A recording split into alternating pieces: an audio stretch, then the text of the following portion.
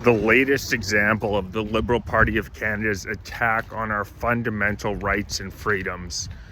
Freedom of speech, freedom of expression, a fundamental pillar of Western civilization. A priest has been arrested and is now sitting in jail awaiting trial because there was something called a drag queen story hour going on at a public library. He went to the head librarian, asked to speak to the head of the library, and let them know that he thought it was inappropriate that cross-dressers were at a public library doing something called a drag queen story hour. He was then arrested.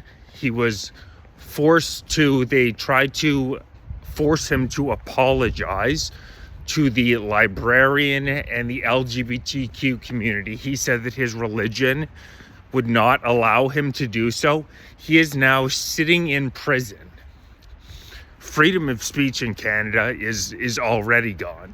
Whether or not they've passed Bill C-8, Bill C-9, a country where a man complains about public funds going to something called a drag queen story hour is placed under arrest is shocking. It's shocking. This is more extreme than what we've seen in the UK with the so-called Online Safety Act, in which an estimated 12,000 Brits are now being arrested a year for so-called speech crimes, posting comments to social media that Keir Starmer and his friends don't like. And the shocking asymmetry that I noticed here is that a man is arrested for saying that complaining that he doesn't think it's appropriate for a drag queen story time hour at a public library. Meanwhile, in Canada, there have been hate groups walking through our streets, rolling around fake body bags, fake dead babies, chanting genocidal chants. And what do they get? They get police protection. So all these hate speech laws are actually just liberals, communists, attempting to silence people who don't agree with them. They legitimately think that Canadians, the government of Canada legitimately believes that Canadians who do not think it's appropriate for a drag queen story hour to be going on at a public library should not be allowed to remain citizens. But Mark Carney himself, many Canadians don't realize, Mark Carney himself, after the Freedom Convoy, wrote in an article that he believed that everybody who participated was a seditionist. They dress it up in a woke veneer, but it's a tyrannical, overreaching, far left communist belief system that says that if you're not in line with the net zero LGBTQ program, you need to be silenced. And it's the same psychology that we've seen time and time before, demonizing a group of people.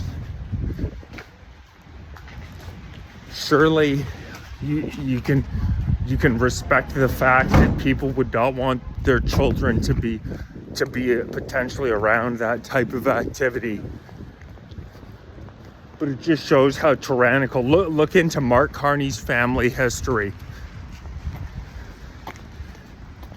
And the fact that the country of Canada is giving away these sex hormones to children as young as 14 years old, when even across liberal Europe, they had a massive study in the UK called the CAS study, in which they studied the effects of these gender hormones being given out to very young children.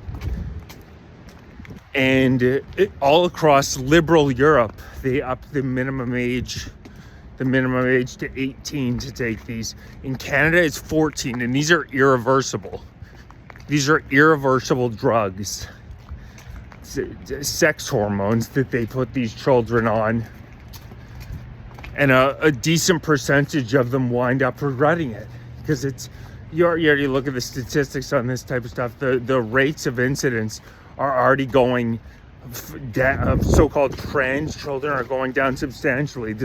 It's certainly going to be another mania type of thing. You always see this. It affects young women the most. Happened with bulimia. It's happened with a bunch of issues in the past. It just became a social contagion. Not that these people don't exist, but certainly not in the numbers that were suggested over the past decade. And now we have the government of Canada paying for these irreversible sex hormones. They're irreversible as young as 14 years old. Think of how young that is. And we're talking about major studies across the UK and in liberal countries. In liberal countries where they said, no, these children should not be getting this before the age of 18. And in Canada, we say, sure, come on, have them at 14.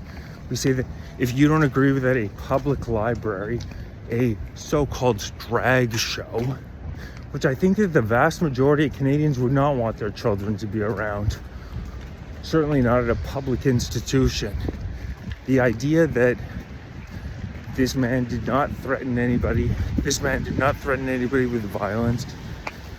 This man did not physically harm anybody. He stated his religious conviction that he believed that it was inappropriate for cross-dressers to be at a public library, and for that he is now sitting in jail. So don't listen when people say the freedom of speech in Canada is under attack, or thank God it looks as though Bill C9 is going to be stopped, which was the bill that would allow the government the ability to unilaterally cut your internet service. And Bill C8, there's going to be a fight, but they've already taken out in large parts our freedom of speech. There's currently a man sitting in prison for stating his religious conviction. A Canadian priest has been jailed because he committed a so-called hate speech crime.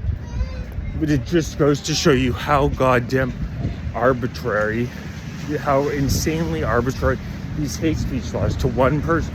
Well, one person is hate speech to another person is not. And you can see how widely this law is going to be applied to all Canadians who don't fall in line with the woke net zero orthodoxy.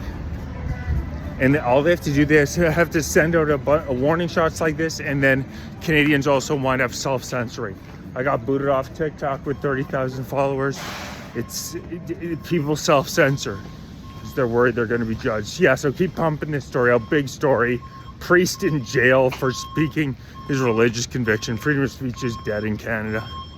Please like, share, subscribe, join, become a member, donate, grab some beer. Appreciate it.